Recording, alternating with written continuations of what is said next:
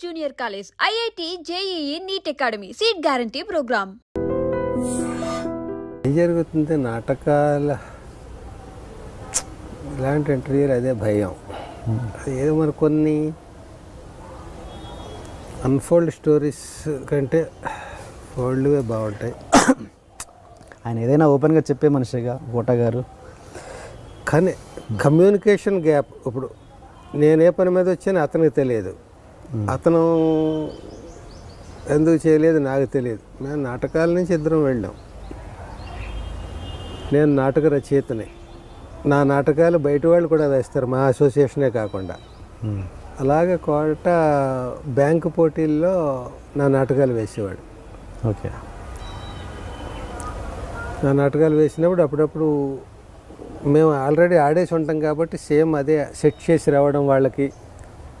అట్లా ఒక డిజైన్ ఉంటుంది కదా ఒక నాటకానికి, దాన్ని మేము ఆల్రెడీ అనేక ప్రదర్శనలు ఇచ్చి ఉంటాం. అది వాళ్ళ బ్యాంక్ కాంపిటీషన్లో అతను తీసుకుని ఆడినప్పుడు ఇదే డిజైన్ అక్కడ సెట్ చేయడం, అట్లా అట్లా బాగా పరిచయం, కలిసి నాటకాలు ఆడడం. అలాగ అప్పట్లో ఇంచుమించుగా ఒకే చోట ఉండేవాళ్ళం, రెగ్యులర్గా కలుస్తూ ఉండడం, ఇంచుమించుగా ఫ్యామిలీ ఫ్రెండ్స్గా అట్లా ఉండేవాళ్ళం.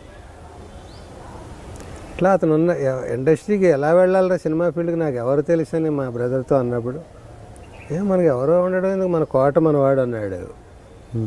అక్కడ ఉంటావు నువ్వు, అతని ఇంట్లో తినవు, అతను ఇంట్లో పడుకో, ఎక్కడో హోటల్లో ఏదో తీసుకుని రూమ్ తీసుకుని ఏదో ఉంటావు, తెలుసున్నవాడు ఓ మనిషి ఉన్నాడు అనేది ఎవరున్నారంటే చెప్తున్నాను అన్నాడు. ఉన్న వారం 10 రోజులు అతన్ని కలిశాను రెగ్యులర్గా. అతనేదో అతని లోకంలో అతను ఉన్నాడు, మన లోకంలో మనం ఉన్నాం. మనం ఏ పని మీద వచ్చామో చెప్పడానికి మనకి సిగ్గు, వినడానికి అతనికి బిజీ. ఇది అయ్యేది కాదులే అనుకుని చెప్పాను. కానీ అప్పట్లో ఇలా ఉండేది కాదు, ఇంత ఓపెన్గా ఎవరు పడితే వాళ్ళ రైటర్లు, ఎవరు పడితే వాళ్ళ డైరెక్టర్లు అలా ఉండేది కాదు. ఆల్రెడీ ఒక 5-6 రైటర్లు ఉంటే 7వ వాడు రావడం చాలా కష్టం.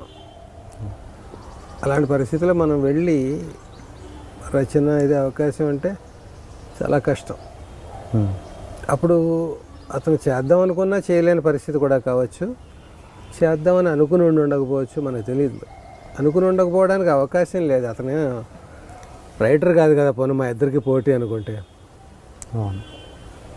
ఏదో అట్లాగా అనుకున్నది జరగలేదు నా వరకు. అతని వరకు అతను ఏం తెలియని మనిషి కావచ్చు. నా గురించి నేను ఎందుకు వచ్చాను, ఏ ప్రయత్నాల్లో వచ్చాను, ఎవరైనా నమ్ముకుని వచ్చాను అతనికి ఏం తెలియకపోవచ్చు. నిన్నే నమ్ముకుని వచ్చానయ్యా అని నేను చెప్పలేదు, నువ్వు ఎలాగైనా నాకు సాయం చేయాలని నేనేం అతన్ని ప్రాధేయపడలేదు. ఏదో మాట వరుసకు రోజు అతను కలిసి ఈ పని మీద వచ్చానని నేను చెప్తూ ఉండేవాడిని. అతను విన్నట్టుండి అది చాలా కష్టం అన్నట్టుగా మనసులో ఏదో ఉండేదేమో. మరి అతను చేయలేని పరిస్థితి. ఎవరికి నన్ను ఇంట్రడ్యూస్ చేసి రైటర్ అని అంటాడు. పైగా నేను కథలు పట్టుకుని ఇండస్ట్రీకి వెళ్ళలేదు. కథలు పట్టుకుంటే అందరూ రెండు చెప్పండి అంటారు. మన పేరు వేసినా, మన వాడుకున్నా, ఎక్స్ప్లైట్ చేసినా వినడం వింటారు. నేను డైలాగ్ రైటర్ అంటూ వెళ్తే నీకు డైలాగ్స్ నువ్వు ఏమన్నా జంధ్యాలవనా, లేకపోతే ఆచార్య యాత్రేవనా, మళ్ళపూడి వెంకటరమణవనా, ఎందుకు వింటారు, ఎలా వింటారు? ఆ రకంగా డైలాగ్ రైటర్కి అవకాశాలు తక్కువ కొత్త వాళ్ళకి. అప్పుడు డైరెక్టర్లకు కూడా రామగోపాల్ వర్మ గారి పుణ్యం అని పట్ట తర్వాత వచ్చారు. కానీ ఒక అసోసియేట్, ఒక కో డైరెక్టర్ ఏళ్ల తరబడి చేస్తున్నవాడు డైరెక్టర్ అవ్వాలంటే చాలా కష్టం ఆ పీరియడ్లో. అవును. మా ఈవి గారు, కృష్ణారెడ్డి గారు, వీళ్ళ చాలామంది, ఒక 25 మంది కొత్త డైరెక్టర్లు వచ్చారు శివ తర్వాత. ఒక రకంగా అది మంచి పరిణామం కదా. ఆ ఫ్లోలో తర్వాత రైటర్స్, కొత్త డైరెక్టర్లు వచ్చినప్పుడు కొత్త రైటర్లు, అలా గేట్లు ఓపెన్ అయ్యాయి అందరికీ. అంతకుముందు చాలా ఇబ్బంది. అక్కడికి వెళ్తే మనం, నన్ను గోస్ట్ వర్క్ చేయమని చాలా మంది సజెస్ట్ చేశారు. నేను ఒక నాటక రచయితను అయ్యి ఉండి, నాకు ఒక ఇమేజ్ ఉండి, ఒక ఫ్యామిలీ ఉండి, ఒక ఏదో చెయ్యాలని ఒక ధ్యేయంతో వచ్చి నేను అలాగా చేయడం నాకు ఇష్టం ఉండేది కాదు. కానీ మరి నాకంటే పెద్ద వాళ్ళందరూ గోస్ట్ వర్కులు చేశారు. గోస్ట్ వర్క్ చేయడం తప్పు కాదు, అదొక శిష్యర్కం లాంటిదే కదా గోస్ట్ వర్క్ అంటే. కానీ నాకెందుకో మరి నేను చెప్పాను కదా నేను కొంచెం సున్నితత్వం సెంటిమెంట్లు ఇవనుకో నేను అలా వద్దనుకుని వెళ్ళాను నేను. ఆ ప్రాసెస్లో నేను పెద్ద పెద్ద వాళ్ళకి కూడా నేను చెయ్యనని చెప్పేయాల్సి వచ్చింది. క్రాంతికుమార్ గారు ఇంకా ఎలా పెద్ద పెద్ద డైరెక్టర్లకి, మా ఈవీ గారికి కొన్ని సినిమాలకి నేను పేరు లేకుండా చేయాల్సి వచ్చిన పరిస్థితిలో నన్ను అలా వద్దండి నేను రాయలేను, ఇంకొకరి పేరు మీద ఉన్నప్పుడు నేను నా డైలాగ్ పెన్ను కదలదు నాకు. నేను సున్నితంగా నేను చెప్పి ఇబ్బంది పడ్డాను. అయ్యో నేను నో చెప్పాల్సి వచ్చింది. ఉండొచ్చు ఒక 20 సంవత్సరాల 10 సంవత్సరాల తర్వాత చూస్తే గుర్తుండిపోయే సినిమాలు ఉంటాయా 10-20 సంవత్సరాల తర్వాత కామెడీ వరకు? నేను గనక రాయదలుచుకుంటే కథ లేదా ఆ కథా చర్చల్లో నేను కూర్చున్నప్పుడు నేను ఒప్పుకోనది. కేవలం నవ్వేసి వెళ్ళిపోయే సినిమాలకి అది ఎంత డెకరేషన్ అయినా సరే, శవాలంకరణ, శవానికి ఎన్ని పట్టు చీరలు కట్టినా జీవం లేదు అందులో. అదే సో జీవం ఉన్నదానికి పట్టు చీర అక్కర్లేదు. నార చీర అయినా కూడా అందమే, అదే కాటన్ చీర అయినా కూడా, ధర్మవరం కాటన్ శారీ అయినా కూడా అందమే. సో జీవం ఉండాలి. జీవం ఎప్పుడు ఉంటుంది? సోల్ ఎప్పుడు ఉంటుంది? ఎమోషన్ ఓన్లీ నవ్వించడమే కాకుండా ఆ తీసుకున్న కథలో దమ్ము ఉండాలి. ఆ దమ్మే నీకు గుర్తుండేలా చేస్తుంది. ఓకే, అలా తీసుకుని నేను పేర్లు చెప్పను, చెప్తే మళ్ళీ కొన్ని ఇవి లేవు కదా అని అనొచ్చు నువ్వు. ఓకే. సో నువ్వు కామెడీ తీసుకో, సీరియస్ తీసుకో, ఏదైనా తీసుకో, ఒక ఫార్మాట్ ఇవి ఉంటాయి కదా, అవి మెయింటైన్ చేయవి. ఇప్పుడు నన్ను కూర్చోబెట్టు, నన్ను కూడా కాంట్రవర్షియల్గా అడగచ్చు కదా నువ్వు. ఎక్కడెక్కడో గెచ్చితే నేను రెచ్చుతాను కదా, మానవ నైజం అది, గెచ్చితే రెచ్చడం అనేది. అలా గెచ్చడం నీకు తెలుసు, రెచ్చడం కూర్చున్నవాడికి తెలుసు, ఇక్కడ కూర్చున్నవాడికి. కాసేపు నువ్వేంటి, నువ్వు ఏదో ఏ కారణాన్నో నువ్వు అట్లాగే నన్ను ఓ అని చెప్పని విషయాలు అన్నట్టుగా చెప్తున్నావు. మరి ఏం చేస్తావు నాకు టెన్షన్గానే ఉంది. ఈ ఇంటర్వ్యూ ఎలా ముగుస్తుంది అనేది ప్రస్తుతానికి చూద్దాం. అది మామూలు వాల్యూస్ మాట్లాడుకుంటున్నాం, ఇవి కూడా జీవితంలో కావాలి అని మాట్లాడుతున్నాం ఇప్పుడు. అందుకని వాల్యూస్ ఎప్పుడు మనం కాపాడుకోవాలయ్యా. అది లేకపోతే కమర్షియాలిటీస్ అన్నిట్లో ఉండాలి. ఇప్పుడు నువ్వు ఎవరితో తీస్తున్నావు, ఏ హీరోతో, ఆయన కమర్షియాలిటీ వాడుకోకపోతే నీకు చేత కాదు అంటారు. ఇప్పుడు పెద్ద హీరోని పెట్టుకుని అతని చేత ఫైటు సాంగు స్టెప్ సరిగ్గా లేదనుకో, నువ్వు కొత్తదనం కోసం పాటలు లేకుండా ఫైట్లు లేకుండా తీస్తే ఎవడండి ప్రతివాడు డైరెక్షన్ నిన్ను ఫస్ట్ అంటారు తప్ప ఎవరిని అంటారు? చిరంజీవి గారు సాంగ్స్ వద్దన్నారంటారా, లేకపోతే ఇంకోటి అంటారా? ఆయనకు తగ్గ సాంగ్ నువ్వు తీసుకెళ్ళకపోతే నీకు అవుతుంది తప్ప ఆయనకి ప్రాబ్లం అవుతుంది కదా. అందుకని నువ్వు ఏ సిచ్యుయేషన్లో ఉన్నావు దానికి తగ్గట్టుగా ప్రవర్తించాలి. నువ్వు కబడ్డీ ఆడుతున్నావా, క్రికెట్ ఆడుతున్నావా, బ్యాడ్మింటన్ ఆడుతున్నావా, దానికి తగ్గట్టుగా బాడీ మూమెంట్ కానీ మన ప్లే స్కిల్స్ కానీ చూపించాలి కదా. నువ్వు సినిమా ఎవరితో తీస్తున్నావు? పెద్ద మల్టీ స్టారర్ తోట, చిన్న సినిమాయా, చిన్న షార్ట్ ఫిల్మా, లేకపోతే ఒక మెరానామ్ జోకర్ తీస్తున్నావా? ఎంచుకున్న కథాంశం సిచ్యుయేషన్స్ని బట్టి మెరానామ్ జోకర్, అందులో కమర్షియాలిటీస్ అంతకంటే పెట్టడం కష్టం. అది ఫ్లాప్ అయినా కూడా ఎవర్ గ్రీన్ సినిమాలు అంటే ఏంటంటే అది చెప్పొచ్చు. కానీ నేను 10 ఫెయిల్యూర్ సినిమాలు గొప్ప సినిమాలు అని చెప్పాను అనుకో, గొప్ప సినిమాలు అంటే ఈయన గొప్ప సినిమాల గురించి అడగకూడదు అనిపిస్తుంది. ఎందుకంటే ఎవడు ఫెయిల్ అవ్వడానికి ఇంట్రెస్ట్ చూపించాడు కాబట్టి. సో ఎట్ టైమ్స్ ఫెయిల్ అవ్వచ్చు, కానీ మంచి సినిమా లక్షణాలు అందరికీ తెలుసు. Okay sir. అంటే నా సినిమాల్లో నువ్వు అడిగావు కాబట్టి ఆ ఒక్కటి అడక్క అనేది ఒక గొప్ప సినిమా. కామెడీ ఉంది, వాల్యూస్ ఉన్నాయి. నేను అన్ని మేనరిజమ్స్ ఎందులోనూ పెట్టలేదు, కిష్కిందగాంట్లో పెట్టాను సరదా, ప్రతి క్యారెక్టర్కి మేనరిజం. అలాగే అందులో ఆ ఒకటి అడక్కలో ప్రతి క్యారెక్టర్కి మేనరిజం ఉంటుంది. అవును. అసలు ప్రతి క్యారెక్టర్కి మేనరిజం పెట్టడం శాస్త్రరీత్యా కరెక్టా కాదా నాకు తెలియదు. కరెక్ట్ కాదని ఎవడైనా అంటే కరెక్ట్ అంటాను. శాస్త్రం ఏమిటి నాకు తెలియదు, నేను శాస్త్రాలు చదువుకోలేదు, థియేటర్ ఆర్ట్స్ చేయలేదు, ఇంకోటి చేయలేదు. నేనేం తెలియకుండా, నేను మెకానిక్, నేను ఇంజనీర్ని కాదు. నాటకమైనా అంతే, సినిమా అయినా అంతే. నాకు కొత్తగా ఉండాలి, టేస్టీగా ఉండాలి, ట్రెండీగా ఉండాలి. ఇప్పుడు నాకు 60 ఏళ్ళు నిండిన వాడిని ట్రెండీగా 13వ ఏట లవ్ అని ఊహించుకు రాయగలను తప్ప ఈ వేళ 13వ ఏట వాడిని నేను దృష్టిలో పెట్టుకు రాయడం చాలా ఎక్సర్సైజ్ చేయాలి. సో ఆ ఒకటి అడక్కనే దాంట్లో అన్ని మేనరిజమ్స్ ఎందుకు పెట్టచ్చు అంటానంటే, నేను ఏం చదువుకోకపోయినా నాకు ఎప్పటికప్పుడు అల్జీమర్స్కి దగ్గర పడుతున్నానా అని, చిన్నప్పటి నుంచి అల్జీమర్సే, నాకు మర్చిపోతుంటాను. ఇప్పుడు కూడా నేను ఇంకా వెళ్ళలేదు, అతి కష్టం మీద ఎక్కడ పాయింట్ ఎక్కడో వెళ్ళిపోతాను, అటు ఇటు మళ్ళీ ఇటు రావడానికి ప్రయత్నం. ఓకే కదా. అన్ని క్యారెక్టర్స్కి అన్ని మేనరిజమ్స్ ఎందుకు పెట్టచ్చు, ఎందుకు పెట్టకూడదు అంటే ఏదో అన్నిటికీ మేనరిజం పెడితే రైటరే కనపడుతుంటాడు అక్కడ, మైనస్ అది. ఎందుకు పెట్టచ్చు అంటే అలా మొనాటనస్గా పెట్టకుండా ఎందుకు పెట్టచ్చు అంటే ప్రతి మనిషికి ఓ బాడీ లాంగ్వేజ్, ఓ మేనరిజం ఉంటుంది. నువ్వు అబ్జర్వ్ చేయి, ప్రతి మనుషులు నీ దగ్గరికి అనేక మంది వస్తారు కదా, ఏదో ఓ మాటో, ఓ హ్యాండ్ మూమెంటో, లేకపోతే ఫేషియల్ ఎక్స్ప్రెషనో, ఏదో అలా అనడం ఏదో ఉంటుంది. అది మేనరిజం అంటే డైలాగ్ మేనరిజమే కాదు, అనేక సో అందరికీ అట్లా పెట్టుకోవచ్చు. అట్లాగే కామెడీ సినిమాకి కొంచెం పాటకి ప్రాస ఎలాగైతే ఈజీ క్యాచింగ్గా ఉంటుందో అలాగే మేనరిజం డైలాగుల్లో పట్టుకుంటుంది క్యారెక్టర్. అలాగే నేను ఆ ఒకటి అడుగులో అన్ని మేనరిజమ్స్ పెట్టడం, మంచి కంటెంట్, నీ కష్టాన్ని నమ్ముకో, నీ కృషిని నమ్ముకో, అదృష్టాన్ని నమ్ముకోకు, ఎప్పుడో ఏడాది తర్వాత నువ్వు కింగ్ అవుతావు అనేది నమ్మకం అసలు. అయితే అవని ఇప్పుడు నా జాతకం రాహుకాలం నడుస్తుంది, 20 ఏళ్ళు నీకు పనికిరాదండి అంటాడు ఆవిడ. 20 ఏళ్ళు పడుకుంటావా, లేకపోతే అండర్ గ్రౌండ్లోకి వెళ్ళిపోతావా, లేకపోతే తలుపులు వేసుకుని కూర్చుంటావా? ఈ 20 ఏళ్ళు అసలు నీకు విజయాలే ఉండవా జీవితంలో? 20 ఏళ్ళు అంతా ఫెయిల్యూర్సా? అదే కొంత నమ్మాలి. అలాగని మరి రాహుకాలం నమ్మవా అంటే అన్నీ నమ్ముతాం. సారీ, రాహుకాలం అన్నట్టున్నాను. 20 ఏళ్ళ రాహుకాలం ఉండదు, 20 ఏళ్ళ రాహు మహాదశ, 18 ఏళ్ళు అదే లెక్క ఉంది దానికి. అట్లాగా ఆ అంతకాలం పడుకోం కదా మనం. అసలు నువ్వు దుర్ముహూర్తంలో పుట్టావు, నీ జీవితం వేస్ట్ అనుకుంటే తీసేయవు కదా. వాడే ఎక్కువ సాధిస్తాడు. అమావాస్య నాడు దొంగనే అవుతాడు, దొరైన అవుతాడు అంటారు. అమావాస్య పుడితే ఆడు దొర అవుతాడేమో, కృషి చేస్తే దొర అవుతాడు, పడుకుంటే దొంగ అవుతాడు. సో ఆ ఒకటి అడగ ఎందుకు గొప్ప సబ్జెక్ట్ అంటే, ఏదైనా కూడా గొప్ప సబ్జెక్ట్ ఏంటని ఇందాక మనం మాట్లాడుకున్నాం. అందులో కనెక్ట్ అవ్వాలి. నువ్వు ఏ ప్రేక్షకుడికి చూపిస్తున్నావో వాడు కనెక్ట్ అవ్వాలి దాంతో. నేను ఈవేళ అమ్మ 1వ తారీఖు అంటారు నేను కనపడగానే. ఎందుకంటే సమాజంలో మిడిల్ క్లాస్ పీపుల్ ఎక్కువ ఉన్నారు, పూర్ క్లాస్ లేరని కాదు, వాళ్ళు ఉన్నారు. కానీ మిడిల్ క్లాస్ వాళ్ళు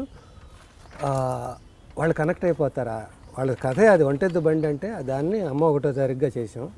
ఒక్కడే యజమాని సంపాదిస్తాడు, మిగతా వాళ్ళందరూ పారసైట్స్లో కూర్చొని తింటూ ఉంటారు. ఆ వ్యవస్థ మనకుంది.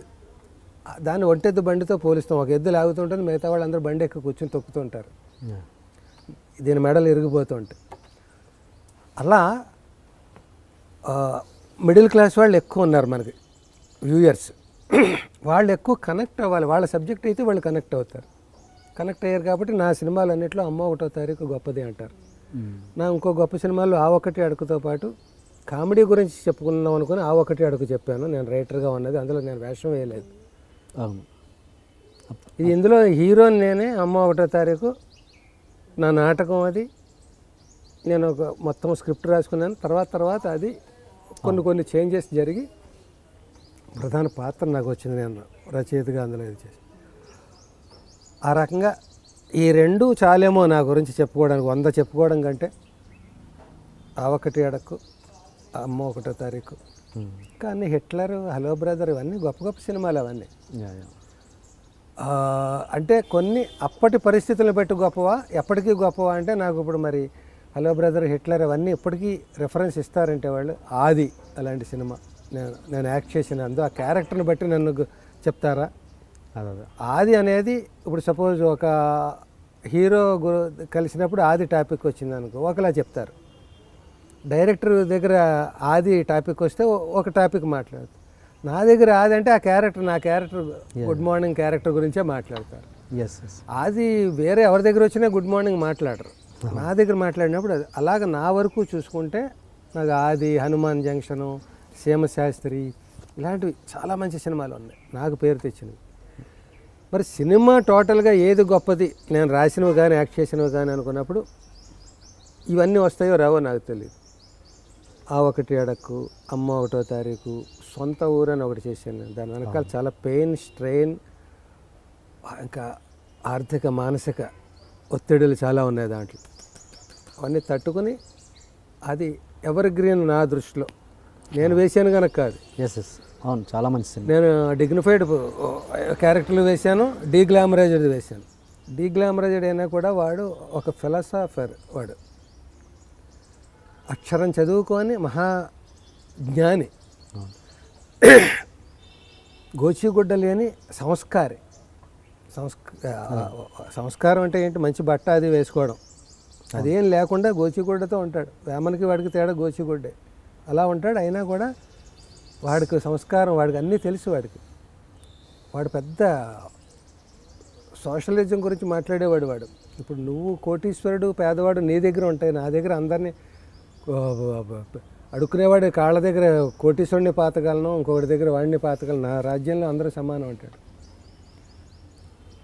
అలా అదొకటి గొప్ప క్యారెక్టర్. అది ఒక రీసెర్చ్ వర్క్. అది దాన్ని పోలికలతో ఇది హిందీలో వచ్చింది, ఇంగ్లీష్లో వచ్చింది అనడానికి తక్కువ. ఆ క్యారెక్టర్ ఉందేమో కానీ ఇన్ టోటో చూసుకుంటే సొంత ఊరు లాంటి సినిమాలు రెఫరెన్స్గా నీకు ఎక్కువ దొరకదు. ఏదో ఏమంటారు, అది విక్రమ్ ఏదో చేసాడు ఒక సినిమా, నేను మనిషినే, అలాంటి శివపుత్రుడు అలాంటివి కొన్ని రెఫరెన్స్లు ఏదైనా క్యారెక్టర్ గురించి గెటప్ గురించి దొరుకుతాయేమో కానీ అదే ఒక గొప్ప ఫిలసాఫర్గా మాట్లాడుకుంటే ఆ క్యారెక్టర్ని అలాంటి రెఫరెన్స్లు ఎక్కువ దొరకవు. వాడు ఎవరిని కేర్ చేయడు, వాడిని చూసి అందరూ భయపడతారు. అదే క్యారెక్టర్. వాడు ఏం చదువుకోలేదు, అన్నీ మాట్లాడతాడు. వాడు చూస్తుంటాడు అలా అలా అలా ఇంటింటికి వెళ్ళి 80 ఏళ్ళు అయిపోయాడు, రేపో మాపో వస్తాడు మన దగ్గర. లెక్క వేసుకుంటాడు. పక్కన మనవాడు అంటాడు. ఇంకో ఇంట్లో ఏడుపులు వినిపిస్తూ ఉంటాయి. అది ఒక చిన్న రాయి ఎక్కి ఆ కిటికీలోంచి తొంగి చూస్తాడు. పోయిందన్నమాట ముసలిది అనుకునే, అది నవ్వుతోంది అంటుంది లోపల. పళ్ళు లేవు దానికి. ఎవరో అంది, నేను రుద్రస్వామిని. నువ్వా? పోయాననుకున్నావా? కిటికీలోంచి చూస్తున్నావు? లేదు, టీవీలో ఏడుపులయ్యి. నేను ఇదిగో జీడిపప్పు దంచుకు తింటున్నాను. పళ్ళు లేవు కదా, దంచుకు తింటుంది. పళ్ళు లేకపోయినా జీడిపప్పు తింటుంది. తిను బాగా తిను అనేది కిందకి దిగి మనవడితో అంటాడు, ఇది నా ఖాతా కాదు, నీ ఖాతా. ఇంకో 27 డోకా లేదు దానికి. ఇలాగా ఒక చోట పందిని ఈడ్చుకెళ్తూ ఉంటాడు, చచ్చిన పందిని. అలా హోటల్ కనిపిస్తుంది, అట్లు కాలుస్తూ ఉంటుంది. అది ఓ 20 మంది జనాలు ఉంటారు. వీడిని పందిని చూసేటప్పుడు ఇలాగో పరిగెత్తి వెళ్ళిపోతారు తింటున్న వాళ్ళందరూ. దీని బేరాలు పోయి తిట్టుకుంటుంది, చచ్చినవాడు ఇప్పుడే రావాలరా, అందరూ వెళ్ళిపోతున్నారు నిన్ను చూసి. అంటే ఇక 2 అట్లు కాల్చి బాగా కాల్చు, రేపు నేను కూడా నిన్ను బాగా కాలుస్తాను నువ్వు నా కాటికి వచ్చాక. అదవా దరిద్రుడా అయితే. అంటే వాడికి తెలిసిన భాష అది. వాడు కాల్చడం అంటే అది, దీనికి కాల్చడం అంటే మన దోశ. వాడు కాల్చడం మనుషుల్ని. సో వాడు అందులో అంటాడు, రే బుజ్జిగా, ఈ భూమిని, ఈ నేలతల్ని ఇప్పటి వరకు ఎంతమంది కొని ఉంటారు, ఎంతమంది అమ్మ ఉంటారు. ఇప్పుడు ఈ ప్లేసే తీసుకో, మనం కూర్చున్న ప్లేస్. ఇది ఏ ఒక్కడితో కాదు, సృష్టి ఈ ఒక్కడు ఎంతకాలం ఉండడు. ఇది ఎప్పటి నుంచో ఉంది భూమి. ఈ మనుషులు మాత్రం వస్తూ వెళ్తున్నారు. మనుషులు ఉండగానే ఎక్స్చేంజ్ అవుతూ ఉంటాయి, ఆస్తులు కొనుక్కుంటుంటారు, అమ్ముతూ ఉంటారు. అలాగంటాడు, ఈ భూమిని ఇప్పటి వరకు ఎంతమంది ఎన్ని రకాలుగా కొని ఉంటారు, ఎంతమంది అమ్మి ఉంటారు. కొన్న ప్రతివాడు ఇది నాది నాది నాది అనుకుంటుంటాడు. మనిషి ఎప్పుడో లేని దానికోసం ఎతుకుతా పోతూ ఉంటాడు. ఆ ఎతుకులాట్లో ఆడే తప్పిపోతాడు. ఎంతైనా మనకి కావాల్సింది ఏంట్రా? 6, 3. ఎంతవరకు వచ్చింది నీ కారు? ఏదో మళ్ళీ మళ్ళీ కష్టం సుఖం అనమాట. ఇంత వేదాంతం చెప్పినవాడు కారు కొనాలి, ఆడి సమస్య. ఎంతవరకు వచ్చింది నీ కారు? ఏదో 3,000. 3,000? 6,000 సరిపోద్దా? ఆడు 3,000 అడిగితే 6,000 సరిపోద్దా? కొనరా. మొలతాడు తప్ప ఏం లేదు ఆడి దగ్గర. ఆడు వచ్చేస్తున్నాడు, ప్రతి సంపాదించేసాను. ఏంటి ఆడిది? మొలతాడు కూడా కోసేసాను. చిత్త మీద పడుకోపోయాడు మొలతాడు. వాడిని మించిన వేదాంత ఎవరు? వాడిని మించిన ఎడ్యుకేషన్ తెలిసినవాడు ఎవడు? వాడిని మించిన సంస్కారం ఎవడు? ఇట్లా ఇవన్నీ మరి మాట్లాడే టాపిక్ వస్తే గొప్ప సినిమాలు నా దృష్టిలో. అవి ఎన్ని కోట్లు ఏ క్లబ్లో చేరాయంటే నేను చెప్పలేను. రూపాయి క్లబ్లో చేరాయేమో. కానీ ఆ సినిమా వరకు పెట్టిన దానికంటే ఎక్కువ వచ్చాయి. శాటిలైట్ అప్పట్లో మంచి విజృంభణగా ఉన్న రోజుల్లో అమ్మారు అది. ఇట్లా మంచి సినిమాలు, చెడ్డ సినిమాలు అంటే టైంని బట్టి మారుతూ ఉంటాయి, సిచ్యుయేషన్స్ని బట్టి మారుతూ ఉంటాయి, ఇంకా రకరకాల కాంబినేషన్స్ని బట్టి మారుతూ ఉంటాయి. అయినా కూడా మారకుండా అలా ఉండేవి మంచిగా చెప్పుకోవచ్చు మనం. అలా సినిమాల గురించి కాకుండా ఒక క్యారెక్టర్ గురించి చెప్పమంటే, సపోజ్ ఒక టాపిక్ తీసుకుందాం. ఒక పిసినారితనం అనేది ఒక క్యారెక్టర్గా ఉంటుంది, క్యారెక్టరైజేషన్. పిసినారితనం ఈవేళ కొత్తగా మనం కనిపెట్టామా? మనిషి పుట్టినప్పటి నుంచి పిసినారితనం దాచుకుంటూ ఉంటాడు, రేపు ఉండదేమో అని. చీమ కూడా 2 పంచదార పలుకులు అయితే ఇంకో చీమ కొట్టేయకుండా దాచుకుంటుంది. పిసినారితనమే, కొంచెం కొంచెమే తింటుందేమో. కానీ ఇప్పటికీ ఎవర్ గ్రీన్గా ఉంది అది. ఎందుకని? మన సినిమాల్లో రేలంగి వేస్తే ఒకలా పండుతుంది, కోట వేస్తే ఒకలా పండు, ఇంకొకటి వేస్తే ఇంకొకలా పండు. మనుషులు మారినప్పుడు క్యారెక్టరైజేషన్ మారి టాపిక్ అదే. రేలంగి అదేదో సినిమాలో ఒక గాడ్రేజ్ బీరువాలోంచి తాళం తీస్తాడు భద్రంగా, తాళాలు మళ్ళీ ఎవరు దొబ్బేయకుండా తీసి ఏం చేస్తాడంటే 3 కట్టె పుల్లలు, పందెం పుల్లల్లా ఉంటాయి, దానికి ఒక తాడు కట్టి ఉంటుంది, అది ఇస్తాడు. ఇంకో సురుగు తాగుతాడు, ఎండు మిరపకాయలు 2 తీసిస్తాడు భార్యకి. ఇలాగ ఇచ్చి వంట అయిపోయింది వాటికి వెళ్ళిపోవాలి లాక్ చేసేస్తాడు. దాన్ని ఎండా పెట్టుకుని ఇదేం కర్మరా నీకంటే పొదుపు అనమాట.